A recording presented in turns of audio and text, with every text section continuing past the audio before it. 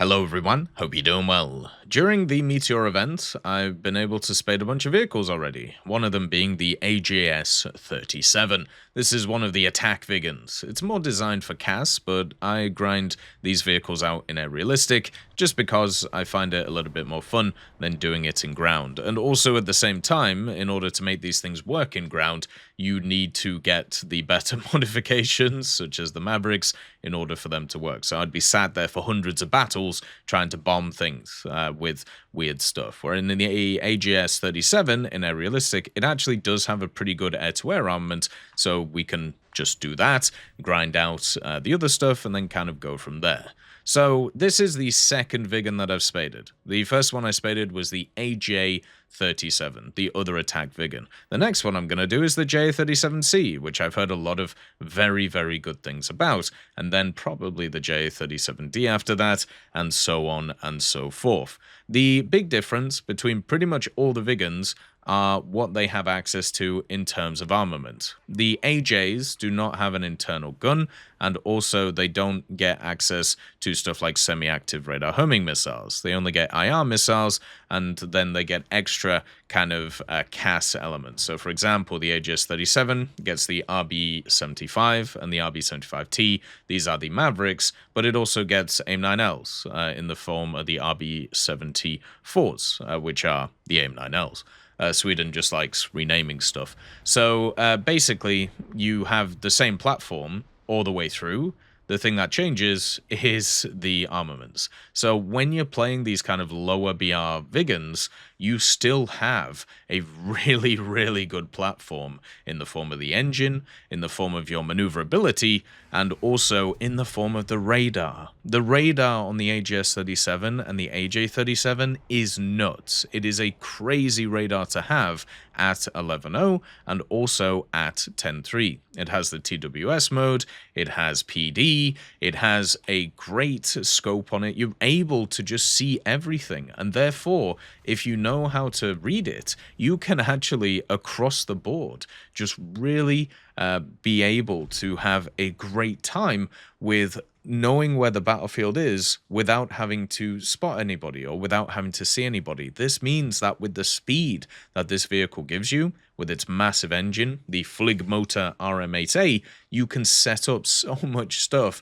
and, you know, the enemy doesn't even realize it. The RWR is okay, like generally it's not fantastic, so you have to actually use the radar more to tell you more information, but if you can actually read the PS37, you will have just a fantastic time with this vehicle.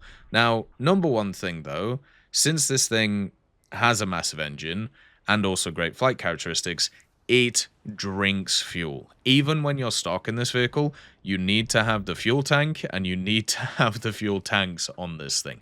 It absolutely drinks the stuff, especially when you're going full afterburner. So just be very careful, because there will be a lot of times where you will just be like, oh, where did my fuel go? And it's because you've been burning heavily on this. But also, even when stock at this BR, which is a lot lower than the other kind of fighter Viggens, you are incredibly fast. So you are able, in general, to move very quickly through the map and control the engagement, which is fantastic. So that is just really nice to have. Now let's talk about the way that these Viggens work, the attack Viggens. They have no armament stock, so you don't have an internal gun, you don't have anything like that. You have to use the secondary armament setups, like the secondary preset setups, to actually make sure that you can use things, because it doesn't have any countermeasures installed internally, it doesn't have a gun installed internally, nothing like that. So when you are stock, make sure to create yourself an armament preset where you have two RB-24Js, which are basically AM9Js, one gun, and then the external fuel tank in the center, and then one countermeasure pod. You always want to have one countermeasure pod and one gun. Yes, this limits you because you don't have as many countermeasures as you may want, or you don't have as many firepower as maybe you want, but you need those countermeasures to survive at 11-0. Otherwise, you will just end up dying. So bring the countermeasure pod. You get a ton of chaff with it, which I suppose is kind of nice, but the main thing you want, at least when it comes to aviation battles, obviously chaff is much more useful in ground battles, but the flares. You get 24 large caliber flares in that pod. That will keep you alive against most stuff. And then you have one 30mm pod, which is the ACAN M55. This gives you 150 rounds of ammunition, and that will be your offensive main armament cannon that you get. So let's just say this thing is much more missile focused than it is gun focused. The gun is way off in the wing. Convergence is an issue, and also you only get 150 rounds. Now, luckily, because the Viggen is incredibly maneuverable, and also you can go really fast in it, you can get very close to the target before you have to open up with that gun, but still you're going to have problems with it in terms of hitting targets, just because you're so low on ammo. And then when it actually comes to ground pounding, like if your team has won the initial battle, you're going to be struggling there, because once again, low ammunition. So the amount of score that you can get in battles, because normally this is what I do, right? So I take off, and then we have the initial kind of hit where everybody fights each other, get a few kills there, or at least try to get a few kills there. And if my team is on the winning side, I go, okay, there's like 1 or 2 enemies left. Let's just go hit some ground targets, because I'm not going to be able to do anything against those enemies. They're too far away. And then I'll go back to base, rearm, and then come out again, right? With the AJS-37, you can't really do that because you don't have the ammo for it, and you don't have the armament for it. This is much more set up in air to be an air-to-air missile machine. So that is a bit of a problem. Now, when it comes to modifications on this thing, you obviously have the RB-24J, which is a very important modification, because that means that you can unlock 2 more missiles in order to run with this one. Because the big difference between, at least in air, the big difference between the AJ-37 and the AGS-37 is the AGS-37 has 2 hardpoints, which are in the center of the machine, which are mounted either side of the external fuel tank, which is mounted in the center. The AJ-37 doesn't have this. It only has the hard points on the inner area. It doesn't have the outer hard points as well, which is what the AJS-37 has extra. So sorry, I got them mixed up. So the AJ-37 has the kind of center line pylons, whereas the AJS-37 has 2 extra pylons on the wings. So you can bring 4 air-to-air missiles instead of bringing 2, which is what you can do on the AJ. Now, yes, you can technically bring more missiles if you want to put them on the hardpoints, which either have the gun or the countermeasures. You could bring 6 if you really feel like it. Don't do that, okay? You will just hurt yourself by doing this. It is much better to have that gun and also have those countermeasures too.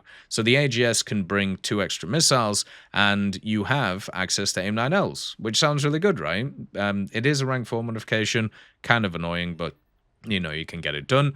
The problem is, though, these AM9Ls cannot be mounted on those outer pylons. They can only be mounted on the inner ones, and also the pylons which hold your gun and also countermeasures. So technically you only get 2 extra AM9Ls instead of the 6 which are available, because you need to keep that gun, you need to keep the countermeasures, and the other 2 outer pylons cannot hold AM9Ls. So your full loadout is 2 AM9Ls, 2 AM9Js/Ps, countermeasures, and also the gun and the external fuel tank. And this works really well. You'll actually have a great time with this because you can control the situation because of your speed and because of your platform, and also just because there's nothing that can really touch you, and you can use the radar to set this all up.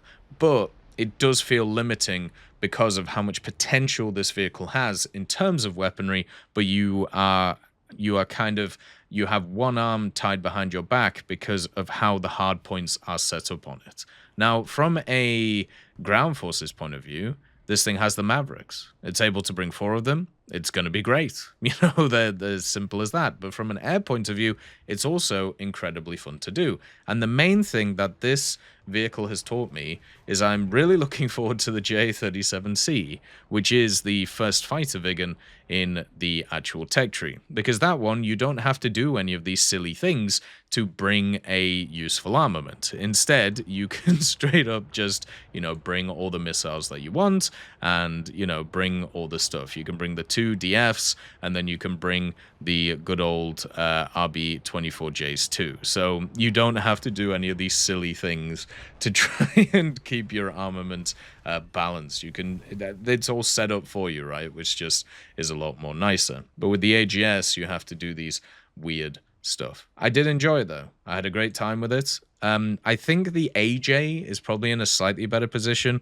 just because it's 2 BR brackets down on this one, and the AJS, the only advantage you get is 2 AM9Ls, which are really good. They're a fantastic missile to have at this point, but most things have countermeasures, and if they're paying attention, they are going to, be able to countermeasure them.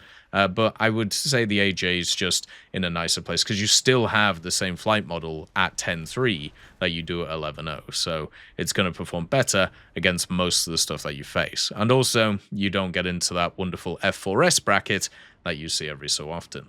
So with the AJS 37, 46 battles, 57% win rate, 92 air kills, 23 deaths. So we died half the time while playing this thing, and we went basically like a 4-to-1 KD, which I think generally is quite good. The vast majority of those are actual player kills as well, because of course, with the limited armament, focusing on players is the way to go.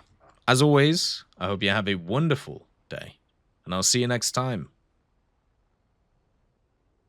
I'd just like to thank GMG Smiley, CD Beans, Chieftain Mike, EMN3 Galaxy, Tulio Pontecorvo, Brendan Quinn, Carrion Crow, Gus Irenicus, Pyman, Wartinder, Teddy, Daniel Stanton, Martinez, B. Young, Ozzy Panzer, Alan Hacker, Liam Shear, Opium Prime, Lafouche, Sem, Aslan, Uncle Bean, and Derek R. for supporting the channel.